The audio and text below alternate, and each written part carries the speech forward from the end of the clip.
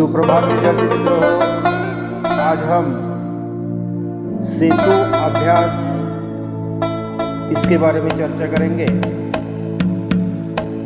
परसों हमने 19वां दिवस यहाँ तक ये सेतु का अभ्यास किया था।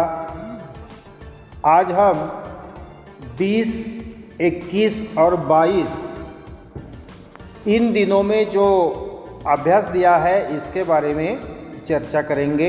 आप अपने कॉपी में यह अभ्यास छुड़ाएंगे। तो 20वां दिन है क्षेत्र श्रवण भाषण, कौशल क्षमता, मौखिक भाषा विकास, संबोध, कविता और गीत। उसमें अपेक्षित कौशल क्या दिया है? दैनिक कार्य नियोजन एवं व्यवहार में मुहावरे, कहावतें, नए शब्दों मौखिक रूप से प्रयोग करना। अध्यापक कविता के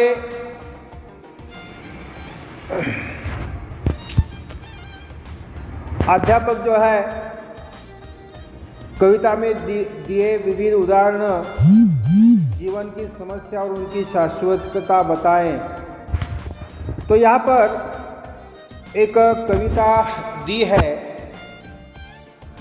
इस कविता का गान आपने करना है। छिप छिप अश्रु बहाने वालों, मोती व्यर्थ लुटाने वालों, कुछ सपनों के मर जाने से जीवन नहीं मरा करता है। छिप छिप अश्रु बहाने वालों, मोती व्यर्थ लुटाने वालों, कुछ सपनों के मर जाने से जीवन नहीं मरा करते हैं। माला बिखर गई तो क्या है, खुद ही हल हो गई समस्या। आंसू गर नीलाम हुए तो समझो पूरी हुई समस्या।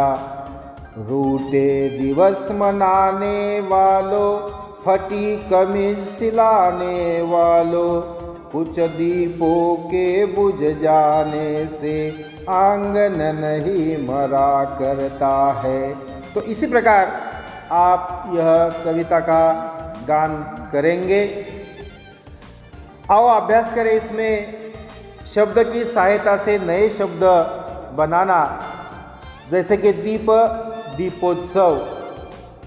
जीवन की शाश्वतता को बताने वाली पंक्तियाँ लिखो। जीवन के बारे में शाश्वत बनाने वाली पंक्तियाँ ऊपर जो दी है वह आपने लिखना है। ये समझ लेना है कि यदि सूरज का प्रकाश न होता तो वनस्पति, पशु पक्षी, मानव पर पड़ने वाला प्रभाव। यदि सूरज का प्रकाश न होता तो क्या होता? वनस्पति के लिए क्या होता? पशु पक्षी के लिए क्या होता? मानव पर इसका क्या परिणाम होता? ये आपको लिखना है। तो इसके लिए 7वीं कक्षा के पाठ्यपुस्तक और QR कोड जो है इसका उपयोग आप करेंगे। इन सभी सवालों के जवाब आप अपनी कॉपी में लिखेंगे। बाद में 21वां दिन है। यहाँ पर क्षेत्र लेखन है, कौशल क्षमता, स्व अभिव्यक्ति, संबोध है, अनुवाद लेखन। तो यहाँ पर अपेक्षित कौशल दिए हैं। पढ़ी हुई सामग्री पर चिंतन करते हुए किसी परिचित अपरिचित साक्षात्कार हेतु प्रश्न निर्माण करना या अनुच्छेद का लेखन करना। आओ पता करें। यहाँ पर कृति दी है। तो किसी भाषा में कही गई बात का किसी दूसरी भाषा में सार्थक परिवर्तन अनुवाद कहलाता है। तो अनुवाद एक भाषा से दूसरी भाषा में उसका परिवर्तन करना, उसे अनुवाद कहलाता है। तो यहाँ पर आओ सक्षम बने। इस भाग में छात्रों को शब्दों का हिंदी भाषा में अनुवाद करने के लिए कहो। शब्द दिए मराठी लाकूड तोड्या, इंग्रजी है वुड कटर, तो हिंदी में लकड़हारा, इसी प्रकार सभी शब्द आप अपने कॉपी में लिखेंगे। आओ अभ्यास करें इस घटक में। यहाँ पर मातृभाषा में अनुवाद करने के लिए कठिन शब्द के अनुवाद में चर्चा करने के लिए कहा है। आप इस परिच्छेद का मातृभाषा में अनुवाद करना है। अपने जीवन को अधिक सुखी तथा सुंदर बनाने की खोज में मनुष्य ने प्लास्टिक को खोज निकाला है। यहाँ से अतः इसका प्रयोग सावधानी पूर्वक करना है। मातृभाषा में मराठी में अनुवाद करना है। बाद में मातृभाषा में अनुवाद करते हुए तालिका पूर्ण करो ऐसा कहा है। शब्द, अनुवासित शब्द, परिवार, कलरव, इसके लिए क्या शब्द है? परिवार, कुटुंब, कोशिश, भीड़, गर्दी, इसी प्रकार। तो आओ सृजन करें इस भाग में। किसी हिंदी सिनेमा गीत को उसी लय और ताल में अपनी मातृभाषा में गाए। हिंदी सिनेमा गीत को उसी लय और ताल में अपनी मातृभाषा में गाए। निसर्ग राजा एक सांगतो मनात लपलय र, अशा पद्धतीनं किसी मराठी विज्ञापन का मराठी में अनुवाद करें। विज्ञापन, जाहिरात, त्याचा मराठीमध्ये अनुवाद करायचा। तो इसके लिए पूरक साहित्य है 7वीं पाठ्यपुस्तक और दीक्षा ऐप। बाद में 22वां दिन यहाँ पर दिया है क्षेत्र भाषा अभ्यास, कौशल योग्यता, क्रिया लिखने में सक्षम होना, संबोध है क्रिया के भेद। तो 22वां दिन अपेक्षित कौशल है पाठ्यपुस्तक और व्याकरण के घटकों का आवश्यक ज्ञान प्राप्त करना।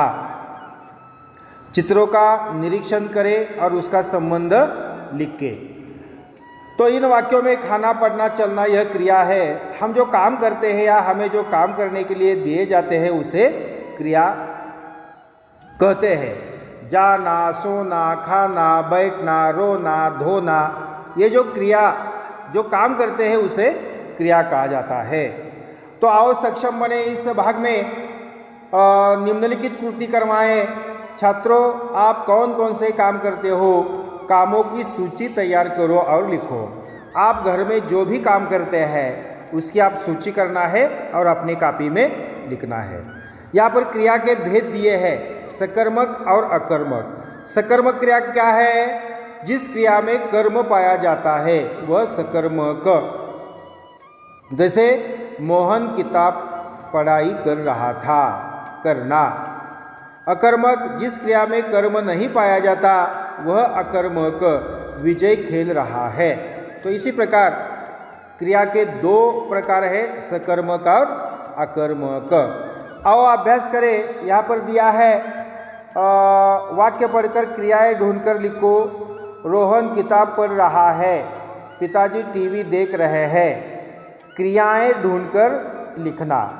जो कार्य हम करते हैं उसे क्रिया कहा जाता है। आओ सृजन करें इस भाग में। अध्यापक छात्रों से क्रिया और उसका प्रकार पूछे। मैं पढ़ता हूँ, क्रिया, उसका प्रकार लिखना है, सकर्मक या कर्मक।